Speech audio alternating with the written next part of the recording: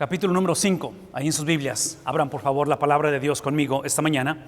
Capítulo número 5.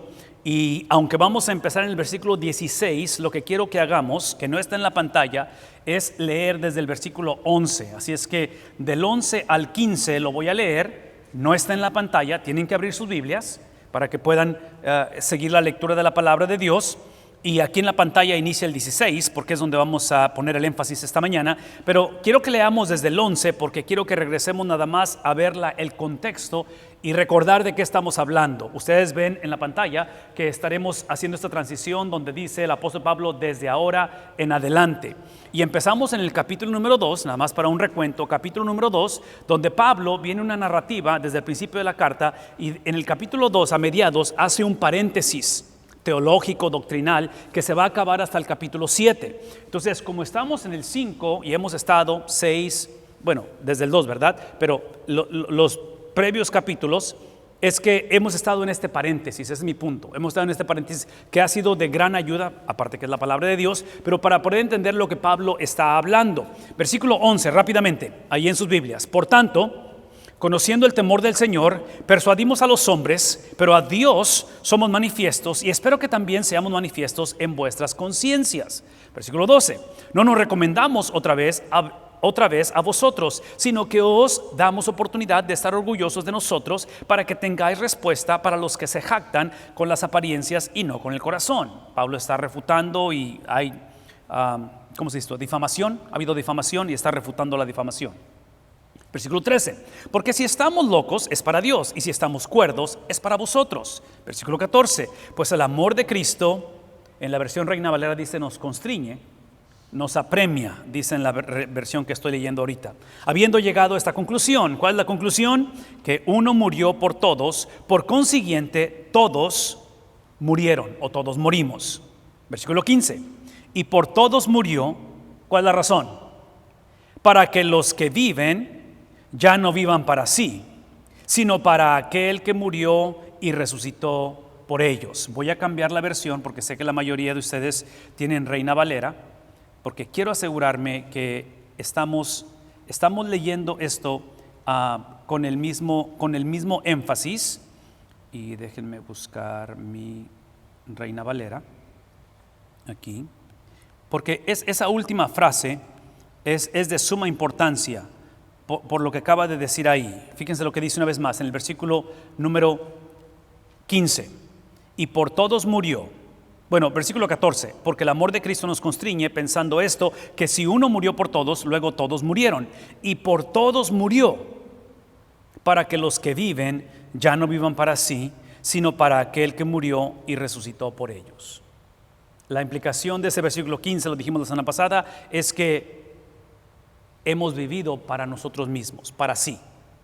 Y no sé si ustedes están de acuerdo conmigo en esto, pero cuando hablamos de la salvación del hombre, hablamos de ser salvos de tres cosas. La primera es que somos salvos de Dios, porque Dios es el único que merece ser temido. Entonces, somos salvos de la ira venidera, somos salvos de su justicia, somos salvos de su ira. Y la manera en que somos salvos no es porque nos portamos mejor y porque entendimos y porque tenemos un buen testimonio o porque pedimos perdón. La razón que somos salvos de su ira es porque su ira, la cual tenía que ser ejercida, es porque fue puesta en una persona. ¿Saben quién recibió o fue el objeto de la ira? Cristo Jesús. Entonces, al recibirla a Él, somos salvos nosotros. Entonces, somos salvos de Dios, somos salvos del infierno y somos salvos de nosotros mismos. Porque ustedes saben que nosotros mismos, yo mismo, soy el enemigo número 1 a mi propia paz y tranquilidad. Yo soy la amenaza número 1 a mi vida. Entonces, cuando Pablo está diciendo, otra vez, versículo 15, está diciendo que para que los que vivan o viven, ya no vivan para sí, sino para aquel que murió y resucitó por ellos. La pregunta para Pablo esta mañana es ¿qué significa ello? Y aquí es donde entramos al versículo número 16. De manera que, como ya no vivimos para nosotros mismos, vivimos para Cristo ahora, ¿sí? Eso es lo que implica. Lo que implica es que ahora, nosotros de ahora en adelante. En otras palabras, lo que el versículo 15 está implicando, que ya no vivimos para nosotros, pero vivimos para Cristo, es algo que ya sucedió y es algo que es irreversible. Ya sucedió. Ya no vivimos para nosotros, ahora vivimos para Cristo. De tal manera que, basado en eso, desde ahora en adelante, la imagen es precisamente de un corte, de una, ¿cómo le llamamos esto? Cuando cortamos el listón para iniciar algo completamente nuevo. Entonces, cuando morimos para nosotros mismos, lo cual implica que vivimos para Cristo, es que hubo la iniciación de algo sucedió. E inclusive, esta semana, platicando con el liderazgo de los hermanos de las semanas que dijeron Vacation Bible School, la escuela bíblica de vacaciones, hubo esto, porque hubo niños que aceptaron a Cristo. Entonces hubo una iniciación de algo. Y voy a decir una vez más, esta iniciación o esta experiencia es irreversible.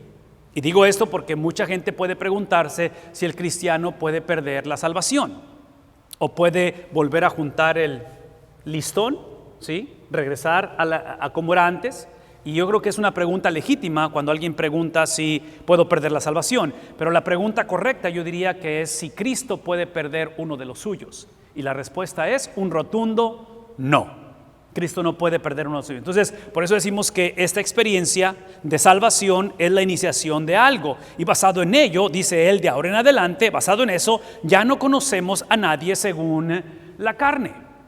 Ya no nos conocemos, ¿sí? Basado simplemente en lo que percibimos, basado en lo que vemos con nuestros sentidos. Entonces, lo que hacemos ahora es que aun cuando estamos en este mundo y estamos experimentando lo inmediato, no negamos lo que estamos viviendo, las necesidades, las altas y bajas, no negamos que de repente hay crisis de fe, no negamos que el cuerpo físico va en deterioro, no negamos nada de eso, pero basado en ese corte de listón, basado en que ya no vivimos para nosotros mismos, que vivimos para Cristo, lo que ha hecho Cristo es que nos ha dado la habilidad que en el contexto en que vivo, proceso lo que vivo a través de lo que está por venir.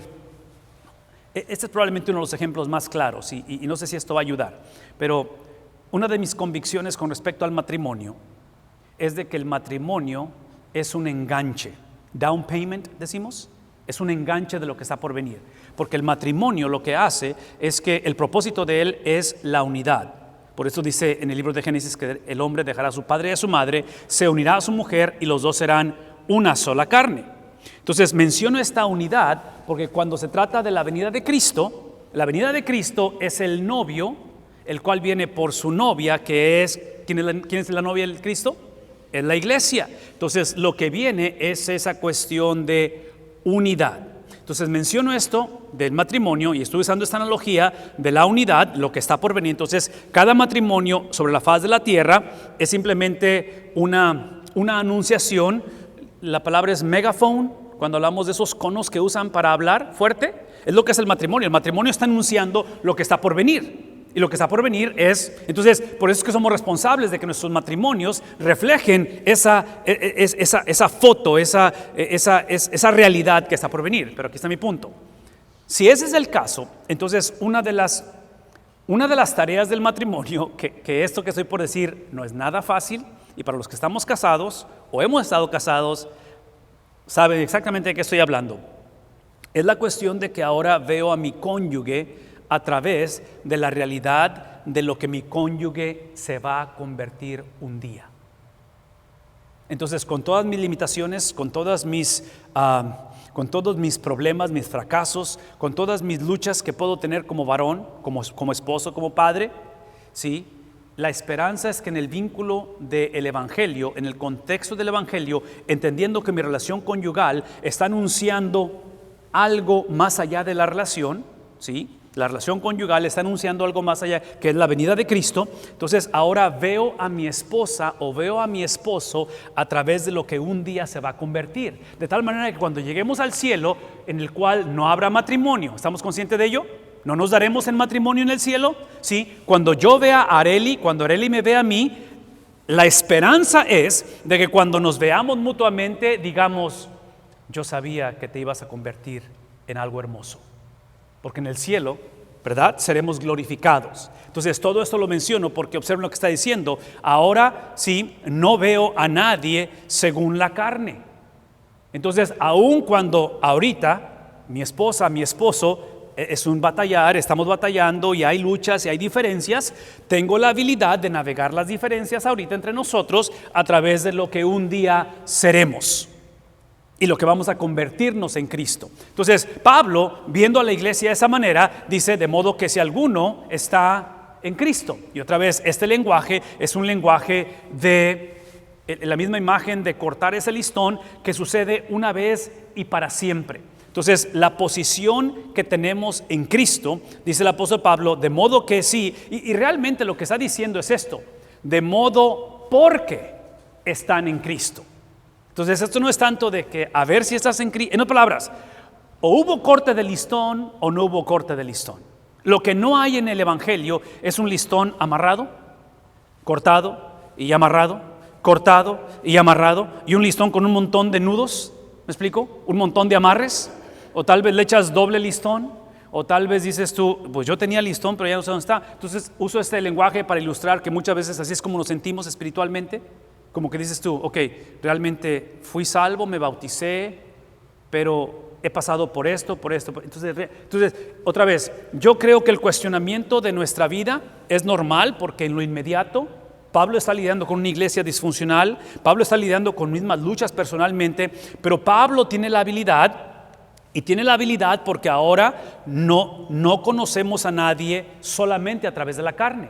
Nos conocemos a través de aquello que está por venir. Por eso dice, aunque hemos conocido a Cristo según la carne, sin embargo, ahora ya no le conocemos así. Ahora hemos visto al Cristo glorificado. Aun cuando Cristo lo vimos, sí, en lo inmediato hemos descubierto al Cristo de lo postrero. Hemos visto al Cristo glorificado, al Cristo que ha ascendido, y esa glorificación de Cristo, esa ascensión de Cristo, una vez más, la muerte de Cristo, que produjo su resurrección y eventualmente su ascensión, fue ese down payment, ese enganche en lo que está por venir para todos. Porque todos sin excepción vamos a morir, todos sin excepción en Cristo resucitaremos y en Cristo ascenderemos. Entonces, por eso es que estamos hablando acerca de este componente donde ahora, otra vez, porque estamos en Cristo, la implicación es que Pablo está diciendo, estás en Cristo porque ha sido posicionada la persona en estar en Cristo. Lo que la iglesia está batallando hace 2000 años es moverse de posición a posesión. Regresemos a la analogía del matrimonio. El 19 de julio de 1997, Arel y yo nos posicionamos y fuimos declarados ante un ministro bajo las leyes del estado de Texas, marido y mujer. Legalmente, adivinen qué, dejamos la soltería y entramos en una relación de pacto, no solamente perspectiva legal, pero perspectiva moral, en toda perspectiva, en todo ámbito, nos convertimos y nos posicionamos como marido y mujer. El 19 de julio del 97. Pero nos ha llevado 27 años, adivinen qué, en construir una vida juntos. En llegar a ese propósito de ser uno. Entonces, legalmente fuimos uno y progresivamente hemos construido una vida juntos. La pregunta es, ¿hasta cuándo terminas de construirla? ¿Hasta que la muerte? ¿Qué cosa? Hasta que Cristo venga o vayas ante la presencia del Señor. Entonces, piensen en esos términos, lo que está diciendo el apóstol Pablo, porque dice, porque están en Cristo, entonces estamos, ¿qué cosa? Posicionados, ya le pertenezco a Cristo. Pablo está diciendo, ahora tienen que moverse en otras palabras, lo que no queremos o lo que no debe de suceder es que el 19 de julio nos casamos, Arel y yo, en el 97, no nos volvemos a ver por 27 años y luego de repente nos vemos. Vas a decir, eso no es un matrimonio, aunque tienen un acta matrimonial, pero no han llevado a cabo el propósito por el cual se posicionaron como matrimonio. ¿Me explico?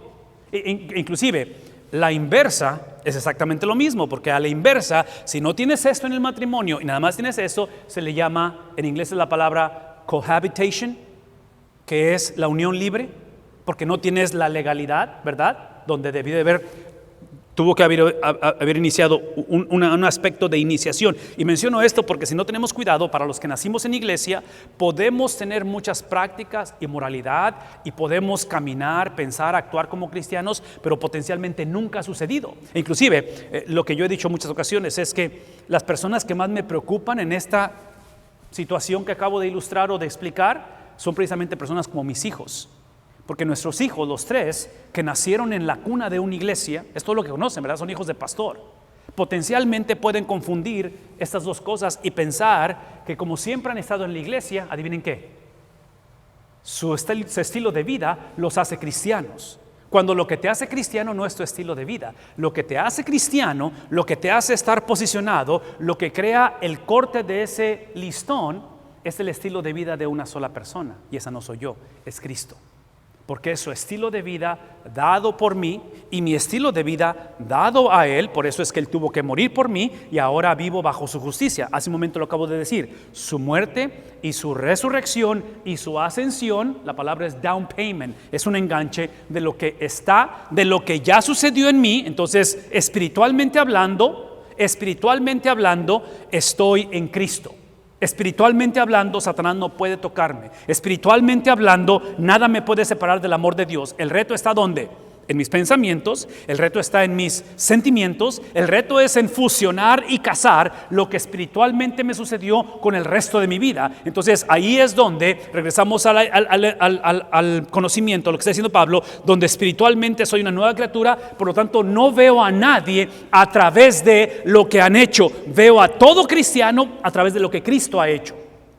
¿Está claro eso? No es más, ya no veo. Cuando veo a mi esposa, veo a mis hijos, veo a mis nietos, veo el mundo, veo a la iglesia, no la veo a través de lo que hacen o de lo que me han hecho. Los veo por eso regreso a lo que dije hace un momento. El matrimonio es un enganche, es un down payment de lo que está por venir, porque lo que está por venir es la culminación de todas las cosas. Y por eso dice Pablo que para aquellos que o porque estamos en Cristo, ¿qué es el punto de ello? Somos nuevas criaturas. El concepto de nueva criatura, otra vez, es entender que en lo inmediato, al ser una nueva criatura, ahora proceso esta vida. Esto es importante lo que se puede decir. Proceso esta vida, estos pensamientos, estos sentimientos, esta realidad, estas situaciones que veo, las proceso como un foráneo. No sé si alguna vez han estado en otro país, pero para los que venimos de otro país, sabemos lo que es ser foráneos. Sabemos lo que es no pertenecer a un país y no estar en tu propio país. Cuando venimos de Mission para acá, a Kingsville, aquí somos foráneos, porque no vivimos en Mission, no vivimos en Kingsville. Entonces, el punto es que Pablo está diciendo, al ser una nueva criatura, ahora tu experiencia inmediata no la niegas, simplemente la procesas a través de la realidad que tu ciudadanía, ¿dónde está? Entonces mi ciudadanía está a través de lo que está por venir. Pero como quiera tengo que funcionar en este mundo. Entonces el concepto es un embajador. Cuando piensan en una embajada o en un embajador es una persona que pertenece a un país y es movido a otro país para representar al país de donde viene. ¿Sí? Entonces su función es simplemente articular, es obrar, es funcionar como representante de algo que está lejos de donde estás en ese momento. Entonces, el propósito de nosotros como cristianos es que en el mundo en que estamos, que es extremadamente importante que estemos en este mundo, estamos aquí como advenedizos, como extranjeros, como peregrinos, ¿es la palabra? Peregrinos. Entonces, piensen conmigo porque trágicamente, o lo que está implicando el apóstol Pablo, es que la iglesia ha invertido el orden. Y la iglesia está viendo este mundo como su ciudadanía. Entonces la manera en que vivimos, cómo procesamos e inclusive como iglesia batallamos para creerle a Cristo. Y por eso es que como cristianos muchas de las veces cometemos el error de pensar que todo lo que está en mis manos, sea tiempo, energía, dinero, salud, es para mi consumo y es para mi acumulación. Porque como en este mundo es todo lo que hay y ya cuando muere se acaba la fiesta, no hay perspectiva de lo eterno. Entonces regreso a lo mismo del matrimonio. Por eso el matrimonio, si acaso me pidieran que los casara a ustedes o a sus hijos o a sus nietos, una cosa que voy a decir en la boda, les voy a recordar. Por eso es que en lo personal, esta es completamente mi opinión muy personal, que inclusive lo que estoy por decir, yo argumentaría que tiene que ser una conversación con la iglesia y el pastor candidato, porque en mi convicción, por todo lo que estoy diciendo, para mí sería muy difícil casar personas no cristianas o casar matrimonios mixtos en cuestión de fe. ¿Por qué? Porque si estoy diciendo que el matrimonio es un down payment de lo que está por venir, es imposible que podamos hablar acerca de que este matrimonio anuncia la venida de Cristo si ese matrimonio no conoce ¿a quién? a Cristo. Entonces, ¿cómo puedes anunciar a alguien del cual no conoces? ¿Cómo puedes hablar acerca de lo que está por venir si estás actuando como que si lo inmediato es literalmente tu ciudadanía? ¿Está claro eso? ¿No? ¿Sí más o menos tiene sentido lo que estoy diciendo? Entonces, todo esto para mí es una convicción muy, muy importante, porque observen que él dice, ahora que eres nueva criatura, otra vez la implicación de esto, implicaciones muy grandes. Las cosas viejas, ¿qué cosa? Han pasado. He aquí, ahora son o han sido hechas nuevas. El concepto de antiguo o de viejo con lo nuevo, otra vez, es que en lo antiguo o las cosas que sucedieron fue precisamente mi posición, mi conversión o el corte del listón, la inauguración a algo nuevo, donde ahora en este mundo estoy, pero soy peregrino. En este mundo estoy, pero no soy de este mundo. En este mundo estoy y lo valoro y tengo una misión, pero esto es más que esta, mi vida es más que esta realidad. Proceso esto a través de lo que está por venir, ¿verdad? Entonces mi matrimonio, para empezar, es simplemente el enganche de lo que está por venir, porque la razón por la cual hubo en mí una conversión es por lo que le pasó a Cristo, cómo vivió, cómo murió, cómo fue enterrado, cómo resucitó y cómo ascendió. Eso es lo que produce mi conversión. Y Pablo está diciendo, basado en eso, ahora lo nuevo es de que venga la posesión. Es que ahora caminemos como Cristo. Esta habilidad de poder ver de ver lo que está por venir, o de ver aquella experiencia que está por venir, verla a través de lo presente, es donde empezamos a caminar, es donde empezamos a movernos, a pensar, a decidir a través de la persona de Cristo. Y Pablo nos recuerda, porque esta es la perspectiva de ellos, que ellos veían la vida a través de dos eras, la era presente y la era por venir. Entonces ellos sabían que en la era presente, esta es la era de maldad que inicia en Génesis capítulo 3, cuando cae el hombre en pecado, y es una era en la cual la maldad ha reinado, y en medio de esa era se aparece hace 2000 años a través de una virgen un Salvador. Ese Salvador inicia una nueva era. Esa nueva era fue iniciada en medio de la era presente. El reto ha sido y siempre será, y por eso Pablo está escribiendo, es que en la iniciación de esta era, ¿sí?, él inició la era que está por venir. El reto entre tú y yo, y que es para Pablo y para la iglesia, es que estamos en medio de las dos eras, donde ya el evangelio ha penetrado. Cristo reina, Cristo ya vivió, Cristo ya murió, Cristo fue sepultado, Cristo resucitó y Cristo ya ascendió y está sentado a la diestra del Padre, pero Cristo no ha regresado por segunda vez. Entonces, al estar en medio de las dos eras, donde otra vez ya estoy posicionado y estoy gradualmente poseyendo ese evangelio, poseyendo esa similitud a Cristo o ese discipulado, es en ese estira y afloja que Pablo está diciendo, las cosas viejas ya pasaron. He aquí todas son hechas, ¿qué cosa? Nuevas, pero son hechas nuevas desde la perspectiva que lo nuevo es Cristo. Sí, lo nuevo es en un contexto viejo, lo nuevo es en un contexto donde hay una lucha interna en mí, pero sé que en mi espíritu todo ha sido completamente hecho nuevo. En mi espíritu puedo ver que mi inversión en este mundo está reflejando una eternidad, de tal manera que mis hijos y los hijos de mis hijos y los hijos de los hijos de mis hijos serán herederos de ese evangelio, porque es promesa divina, no porque me porté bien, no porque fui el mejor cristiano, pero porque tuve la habilidad de vivir, de habitar, de coexistir en una era de maldad, que es donde estamos. Me moví, navegué como forastero o foráneo, porque yo entendí que mi ciudadanía está en lo que está por venir. Y Pablo simplemente está recordándonos, todo esto no tiene nada que ver con ustedes. Todo esto procede ¿de quién? No de buenas intenciones, no de mucha oración, no de las ofrendas que damos, no de lo mucho que estudiamos la Biblia, no del testimonio que tenemos. Todo esto procede exclusivamente de Dios. Y procede de Dios de tal manera, esa es la implicación, que la gracia de Dios, la pregunta que tenemos que hacernos, sobre todo en un contexto, eso es lo que se llama unresolved tension. Esto es la tensión irresoluble. Es como, imagínense un spring, cuando hablas de un resorte, de una liga, de un bungee se llama, ¿verdad? Los que usas para amarrar, y lo estiras, y tiene esa tensión, ¿sí? Es donde vivimos todos nosotros. La promesa no es evitar la tensión, la promesa es que Él nos daría la habilidad de confiar en Él en medio de la tensión. Entonces, cuando no sentimos lo duro, sino lo tupido, cuando la cosa no vemos que está mejorando y de repente pierdo ese empuje, cuando de repente empiezo a crecer en apatía, cuando ya no siento lo que sentía antes, cuando siento que el matrimonio no está funcionando, en fin, cualquiera que sea, cuando paso por el valle de sombra y de muerte, en medio de esa tensión, observen lo que está sucediendo, es que recuerdo, adivinen qué recuerdo, que aún, vean lo que decir, aún las situaciones más caóticas, aún la realidad de un mundo en decadencia, aún en medio de mi depravación y las cosas que termino haciendo que no quiero hacer, adivinen qué, todo, absolutamente todo. ¿Qué cosa? Eso es extremadamente difícil porque normalmente afirmamos esto cuando hay bendición, cuando el reporte de doctor es favorable, cuando hay reconciliación y casi nos divorciábamos, pero y tenemos un testimonio hermoso. ¿Me explico? Y decimos, es que todo procede de Dios. Pero ¿cómo puedes afirmar eso cuando el reporte del doctor no es favorable? Cuando mamá falleció, y empiezan a enlistar. ¿Me explico?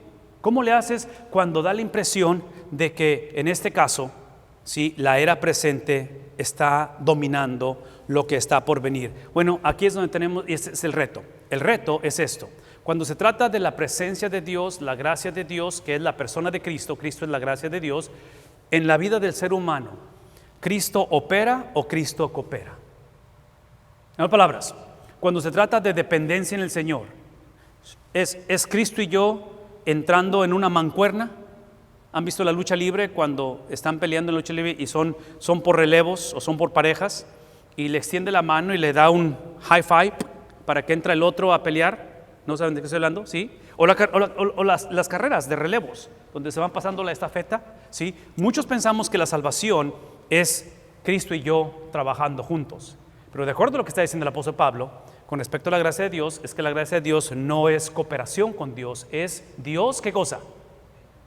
Operando solamente. Pablo dice en Efesios que por gracia sois salvos a través de la fe, no por obras, para que nadie, ¿qué cosa? Se levante el cuello, ¿verdad? Entonces vean lo que voy a decir. Eso es extremadamente importante, sobre todo en tiempos cuando esta era parece tener control de todas las cosas, cuando esta era parece dominar mis pensamientos y mis sentimientos. Tengo que regresar a entender que todo literalmente procede de Dios. Por lo tanto, Dios por naturaleza, esto no es lo que Dios hace, esto es lo que Dios es su atributo. Por naturaleza es un Dios amoroso, es un Dios que por amor Él tiene que ejercer juicio, por amor Él tiene que ejercer su ira, por amor, y lo he dicho anteriormente, si alguien trata de lastimar a Areli o a mis hijos, cualquiera de ellos, por el amor que tengo por ellos, van a conocer mi ira. A ver, díganme, mamás, papás. Entonces, no es tanto porque a mí me guste vivir airado o me guste ser vengativo, pero si yo no hago algo en defensa por mis hijos, van a decir ustedes, número uno, no lo amas, porque el antídoto o lo opuesto al amor no es odio, es apatía. Es ver a mi hija o a mi esposa batallando, sufriendo y yo hacerme de la vista gorda. ¿Me explico? Entonces, cuando hablamos acerca del amor de Dios, la gracia de Dios es que Él operó. Y por el amor que tenía por nosotros o tiene, Él tiene que ejercer su justicia. Y parte de ese amor es que esa justicia fue puesta en Cristo en lugar de nosotros. Por lo tanto, como todo procede de Dios, el cual, ¿cómo procede de Dios? ¿Qué es lo que hizo Cristo? ¿Qué es lo que hizo Dios? Lo que hizo es que nos reconcilió ¿con quién? En otras palabras, importante que nos reconciliemos unos con otros, importante que el matrimonio funcione, importante que los hijos, todo es importante. Y Dios permita que en un año de elecciones seamos una generación que no andemos con tanto zafarrancho y tanta confusión. Pero observen lo primero que hizo. El problema del ser humano no es, y otra vez, hay un montón de cosas que son un problema en la vida, pero el problema del ser humano, lo que complica la vida del ser humano es Dios. Porque la santidad de Dios es fuego consumidor, porque otra vez la presencia de Dios es digna de ser temida. El problema del ser humano es que no le tememos a Dios. El problema es que no lo tomamos en serio. El problema es que pensamos que es un tío Gamboín. ¿Recuerdan a tío Gamboín? No sé si lo recuerdan. Pero cuando pensamos en un Mr. Rogers, cuando pensamos en alguien que es muy cariñoso y que nunca va a mandar nadie al infierno, sí, el punto es este. El punto es simplemente que Él nos ha reconciliado ¿con quién? La implicación es porque, ¿qué es lo opuesto a reconciliación? Estábamos sin reconciliación, no teníamos una relación con Él y nos ha reconciliado a través de el abandono, a través del desprecio, a través de la muerte, a través del asesinato, a través de poner en Cristo y tratarlo como aquel que se convirtió en la acumulación, en la expresión, en la cristalización más obscena y más grotesca de pecado, porque eso es lo que Cristo hizo. Entonces, observen cómo todo procede de Dios. El punto es este, es que Dios nos dio, ¿ven lo que decir? Piensen en términos de un bebé recién nacido. Ok, no, regresen, no piensen en el bebé, piensen en esto. Hay una foto que no la he encontrado, pero sé que existe porque yo lo recuerdo haber visto, y es una foto cuando en el 2004 Josué tenía 2 años, Becky tenía 4 años, Sarai tenía 6 años, salimos de Aransas Pass para movernos al valle. Y estamos, Areli y yo tengo a José en los brazos, tiene 2 años, ahora él me carga a mí, en aquel tiempo yo lo podía cargar, y están las niñas aquí por un lado, y es en una mesa con un pastel, y estamos en el gimnasio de la iglesia, la foto donde nos están diciendo bye bye, es la despedida. Imagínense que a los 2 años de edad, Josué me pregunta, ¿por qué nos vamos para el valle? Yo quiero quedarme en Aransas Pass, explícame por qué. Entonces, Josué a la edad de 2 años, ¿cómo le hago yo como padre, como esposo, como pastor, para explicarle a Josué que tenemos que movernos? ¿Cómo le haces? Tiene 2 años la criatura. Yo creo que es exactamente el cuadro que sucede cuando pedimos a Dios que nos explique el porqué de las cosas. Porque Él lo que nos dio es lo que no sabíamos que necesitábamos.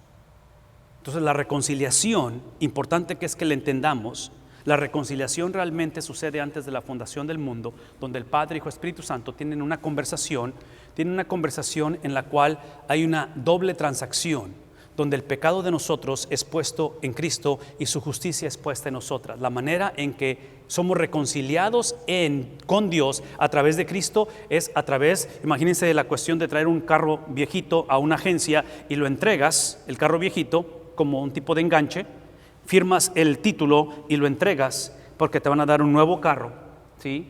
Donde ahora firmas esos papeles. Es una doble transacción. El viernes yo le entregué mi pecado, el domingo Él me entregó su justicia. Entonces soy salvo no solamente porque he sido perdonado, mi pecado fue perdonado, pero soy salvo porque ahora su justicia, su perfección, su obediencia por 33 años ha sido posicionada, dada a mí, de tal manera que y nos dio el ministerio de la reconciliación. Lo que nos sucedió nos lo ha dado para que lo administremos, de tal manera que ahora entendemos que la salvación de nosotros fue exclusivamente por Cristo, no porque yo entendí, no porque dije sí al Evangelio, es el producto de ser salvo, ¿sí? Otra vez, la salvación es lo que me sucedió, el Dios de la Biblia me salvó exclusivamente por gracia. ¿Estamos conscientes de ello? Es por gracia, solamente es su beneplácito, solamente es porque Él en su misericordia y en su amor. Pero aquí está el punto, ahora que me salvó, Él ha determinado para qué soy salvo. Y de acuerdo a lo que está diciendo, somos salvos porque ahora nos ha dado ese ministerio a nosotros. Somos salvos para compartir su palabra, somos salvos para obedecer la Biblia, y la obedecemos no porque tenemos, la obedecemos porque podemos. No es por obligación, es un placer ahora leer la Biblia y obedecerla, sobre todo porque he sido empoderado por el Espíritu de aquel que ya la obedeció. Entonces yo la obedezco, es como si yo jugara un partido de básquetbol ahorita, el partido fue en 1980, pero voy a jugarlo con el marcador ya determinado, porque ya sucede el partido. Es lo que significa obedecer. Obedecemos no para ser aceptados, obedecemos porque hemos sido aceptados. ¿Ven la diferencia? Obedecemos no porque tenemos, pero porque podemos. Y esa obediencia, observen esto, esa obediencia es lo que produce, ¿qué cosa? La salud ¿de quién? Entonces traduzcan lo que estoy diciendo con esto. Al trabajar con el comité de púlpito o el equipo de búsqueda de pastor, yo les voy a ser completamente honestos. Es responsabilidad de cada uno de nosotros que esta iglesia sea, ¿qué cosa? Esta salud de la iglesia va a depender mucho del pastor que venga, definitivamente, porque tiene un papel importante. Como en el hogar, el padre determina mucho de la salud del hogar, pero la iglesia es responsable de estar saludable por sí misma. Ese es mi punto. Entonces la pregunta es, en búsqueda de pastor, y estamos trabajando en la logística de cómo llegar a ese punto, la pregunta es cómo la iglesia se está preparando para ese momento. ¿Sí captamos eso? Y voy a decir una vez más, esa es responsabilidad ¿de quién? De cada uno de nosotros. No hay fórmula mágica, es cuando el cristiano entiende la razón, cómo fue salvo y ¿qué cosa? ¿Para que hemos sido salvos. De tal manera, es decir, que Dios estaba en Cristo reconciliando al mundo con Él mismo. Dios estaba reconciliando ¿a quién? No a ti, no a mí. ¿A quién? En otras palabras, me ha reconciliado a mí para ser, otra vez, un ministro de reconciliación, porque lo que realmente está haciendo Dios o ha hecho Dios es reconciliar al mundo a través de hombres y mujeres que Él ha escogido, que Él ha posicionado, que Él ha empoderado para ser reconciliadores. De tal manera que esa reconciliación es a través del pacto de redención, en el cual ese pacto de redención, esta es la manera en que Él ha reconciliado al mundo para con Él. Lo ha reconciliado a través de un evento. En la Biblia, en doctrina, llamamos esto un indicativo. Sí, somos reconciliados a través de lo que ya sucedió. No soy reconciliado a través de lo que necesito hacer. No sé si esto está claro. Eso es extremadamente importante. Una vez más, no soy reconciliado con Dios basado en la versión aumentada y mejorada de mi persona. No soy reconciliado con Dios porque tengo el testimonio de lo que antes hacía y como soy diferente ahora. No soy reconciliado con Dios porque eventualmente en mi vida se rompió ese listón de inauguración. Todo eso fue preestablecido, todo eso fue predeterminado antes de la fundación del mundo en un pacto de redención donde literalmente el Padre, Hijo y Espíritu Santo llegaron a este acuerdo entre ellos, donde el Padre le entrega al Hijo los que han de ser salvos y el Hijo, por parte de este pacto que existe entre este Dios trino, el Hijo accede, el Hijo por amor al Padre dice: yo pagaré el ransom, el rescate por aquellos que me estás entregando. Entonces, cuando hablamos acerca de la reconciliación del mundo, no es porque el mundo se ve mejor, no es porque el mundo está entendiendo, no es porque el mundo haya avivamiento, todo es importante y es el producto de ello, pero la reconciliación del mundo es algo que Dios ha determinado, de tal manera que dice Él, no tomando en cuenta, ¿qué cosa? ¿Qué es lo que no tomó en cuenta? En otras palabras, reconcilió la versión actual de quienes somos, donde ahora en Cristo, al no tomarnos en cuenta, porque a Cristo lo posicionó o lo hizo responsable de ello, es que ahora Él no solamente nos ve como perdonados, pero ahora Él nos ve como si nunca hubiéramos pecado. Él es el Cristo, Él es el Dios que ahora nos ve a través de la obediencia de Cristo y nos ve como que si nosotros hemos obedecido toda la Biblia, y en Cristo es que Él nos hace herederos o hijos de Dios, de tal manera que otra vez, no tomando en cuenta las transgresiones, y nos ha encomendado a nosotros, ¿qué cosa?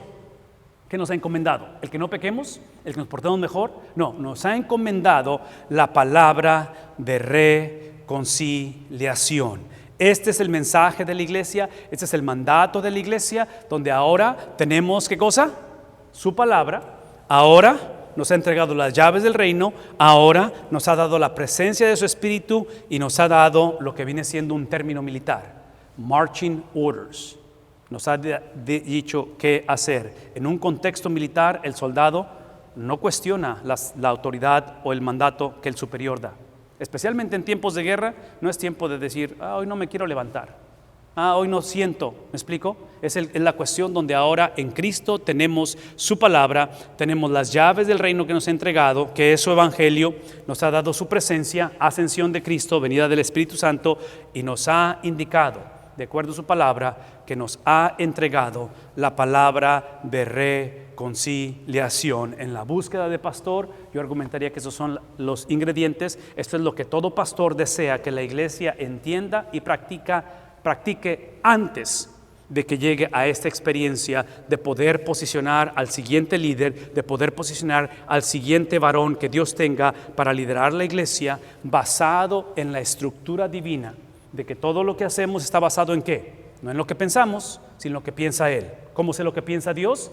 Está su palabra. Esto solamente es llevado con el propósito de que las llaves del reino, que es su evangelio, sea esparcido a las naciones, porque tenemos la presencia del Espíritu Santo y esta obediencia, este mandato divino, lo llevamos a cabo en comunidad. Es algo que hacemos juntos para poder obedecer a nuestro Dios.